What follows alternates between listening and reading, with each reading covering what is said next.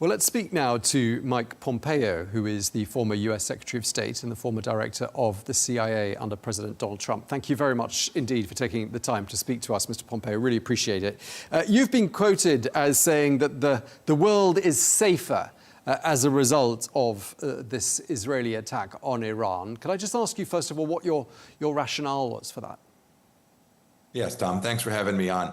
Look, it's safer not just as a result of the events of the last 24 hours, but if we think about the events that have taken place in the region in the last two and a half years, I think it's undoubtedly the case the world is safer.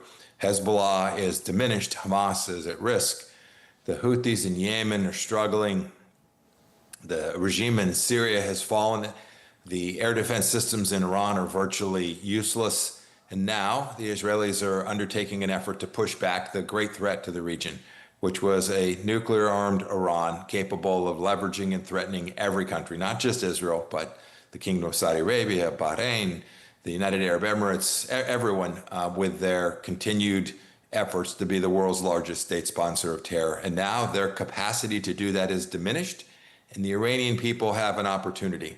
That makes the world a heck of a lot safer, in my judgment. And what was your reaction when you first heard the news, presumably late last night US time or in the early hours of this morning? What were your initial thoughts and what did you read into the timing? Well, we'd had some hint that the Israelis had reached the point where they believed that they no longer had optionality to wait.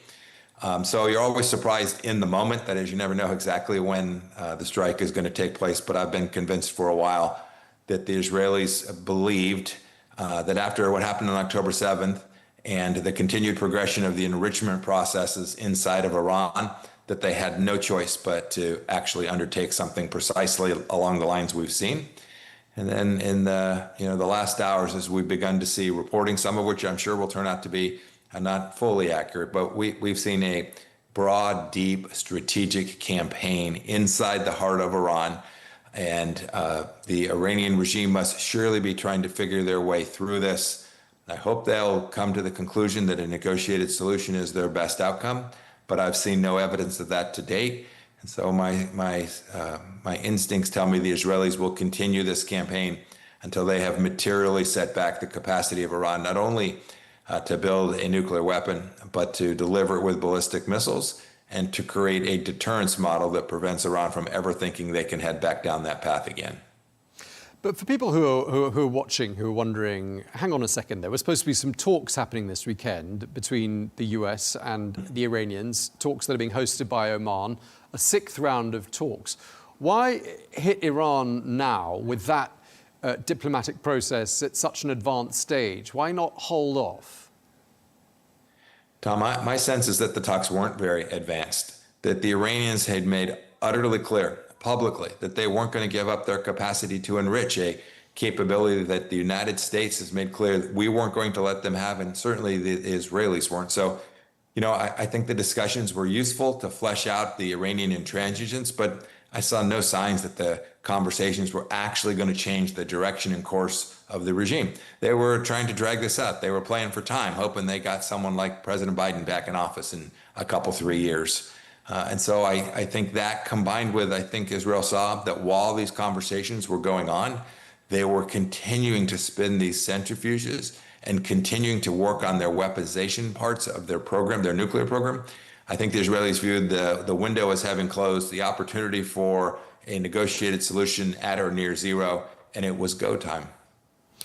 Your successor, the current US Secretary of State, Marco Rubio, put out a statement in the early hours of this morning in which he said, quite explicitly, the US was not involved.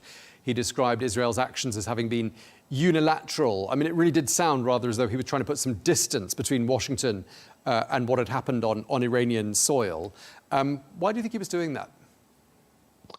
Oh, goodness. I think the United States in the first instance has the mission set to keep our own people safe. I remember how dangerous it was for our diplomats in the embassy in Baghdad. I'm sure he's trying to do the same for his team that's stationed across the world and the U.S. military that is stationed throughout the region as well. But if you read what President Trump has said in the hours following Secretary Rubio's statement, it's pretty clear that we were at least we at least didn't tell the Israelis not to do this. I think that's fundamentally different than what might have happened just a few months ago. And it was also noted by President Trump that America has some of the most amazing technology in the world. Some of that technology was on display. The Joint Strike Fighter was on display last night. And so I think Secretary Rubio was aiming to make clear to the Iranians, don't touch an American. If you do, there will be absolute hell to pay. Okay, so to sum up the Trump administration's reaction to all of this, they say they were not involved, but they were not unaware. Could we therefore term this as being tacit approval? Yeah, I think we can use whatever language we want. But yeah, I think it'd be fair to say that the United States did not put up a red light and tell the Israelis, no, let us continue to negotiate. I think we told them where we were in the conversations. We understood their interest and their concerns, and the Israelis, sounds like, informed the United States of their intent to conduct the mission set. And the United States did not come out publicly and say, no, we don't want them to do that. So describe it how you will. Knowing as we do how difficult it is to strike a deal with the Iranians, a good deal on their nuclear program, do you think, looking back on it, it was an error to have torn up the so-called JCPOA deal that President Trump scrapped quite early on in his first presidency? No, I think it was the absolute right decision. And indeed, I hope that the Brits or one of the E3 will actually go to the UN and put back in place the snapback sanctions.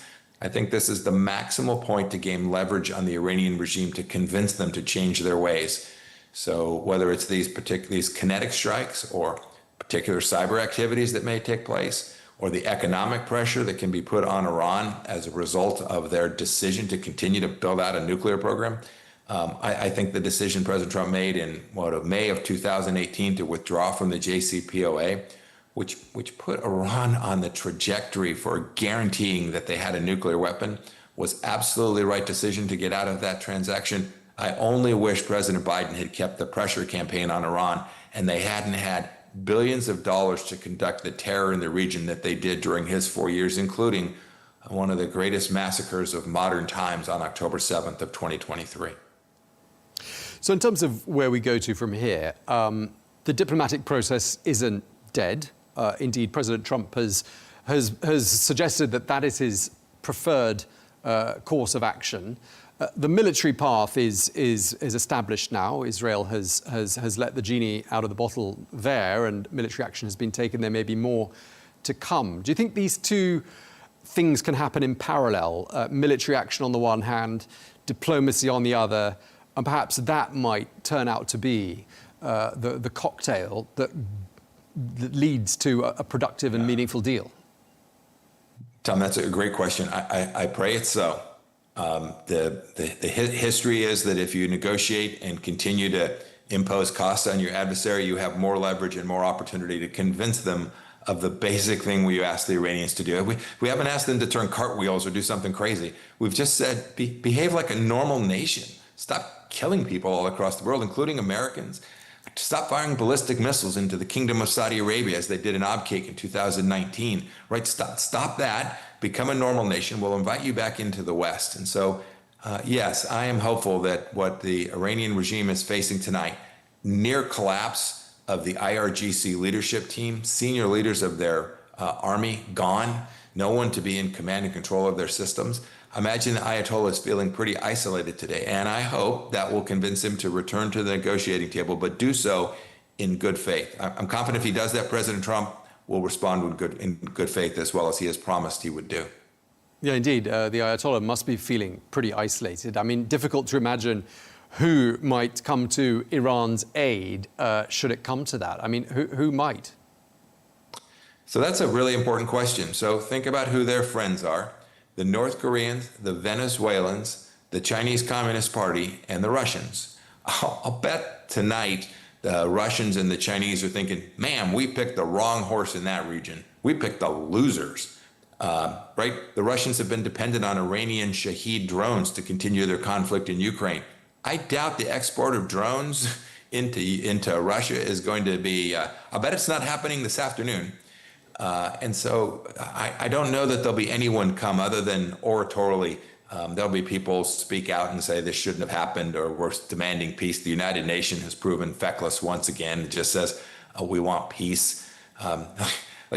Lay down your weapons, Iran, and Israelis would love to have peace alongside you, as would the leadership of every Gulf Arab state. But it's the Iranians that have continued to be aggressive. They're the ones that were building out a nuclear weapons program, and they're the only ones that can deliver peace to the region with a negotiated solution. The Israelis, I'm confident, would be prepared to accept that, but the Iranians show no evidence of it. And just to wrap up this conversation, why is it so important? And what is your message to people who are wondering? Israel's allowed a nuclear weapon, we assume. Why shouldn't Iran have one? Why is it so important that Iran is never allowed to go nuclear? Well, there are multiple reasons for that. The difference between Iran and Israel is that one is a law-abiding nation that cares about human beings and life and isn't conducting terror campaigns all across the globe and using its brute force to try and achieve its end objectives. That's what the Iranians are doing. One is a democracy. One is a tyranny bent on oppressing its own people. The second reason is if it was the case that the Iranians were permitted to have a nuclear weapon, I suspect that proliferation in the region would only expand. That is, many of the Gulf Arab states would feel compelled to do this because they too would feel threatened by Iran. This isn't just Iran going after the Jewish nation, it's going after its fellow Arabs as well. They feel threatened. I'll bet there in Dubai where you are and in the Gulf today, people are worried about what might happen in the next days, but they are incredibly hopeful that the Iranian regime will be absolutely crippled. And then finally, an Iranian regime with a nuclear weapon has enormous leverage, not only in the world and its ability to conduct terror, but also enormous leverage over its own people. And I'm convinced that the Iranian people would love to throw off the yoke of tyranny from this theocracy, this kleptocracy, and this may well just give them an opportunity to do so. Just lastly and briefly, if you will, sir, are you concerned about escalation into a regional conflict here? I think we have regional conflict.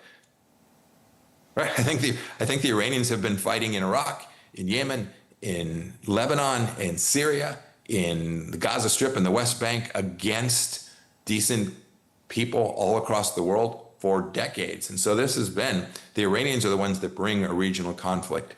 If you ask, am I concerned about escalation? Always.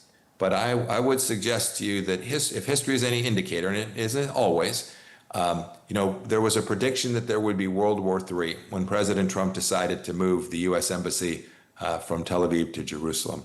There was a similar prediction for decades that if the United States took strong action against Iran and took out their number 2 official, a gentleman named General Qasem Soleimani, that this would create global conflict, regional conflict. This would be a catastrophe. In each case, the Iranians backed down with relatively little response. They're weaker today than they were in each of those instances. I'd be surprised if they can do more than tactical responses. That doesn't mean they won't do bad things, that there won't be a cyber attack, that there won't be an assassination campaign somewhere in Europe or somewhere against Jewish people. It's possible. But if you ask, does Iran have the capacity to actually expand and escalate? I think they know that if they come after Americans, that will be the end. And if they escalate drastically, the whole world will see that they are, in fact, the bad actor that we've known them to be for the past decades. Okay, we're going to have to leave it there. We're out of time. Thank you very much indeed. We really appreciate you talking to us. Mike Pompeo. Thank you very much, sir. You have a good day. Thank you so much.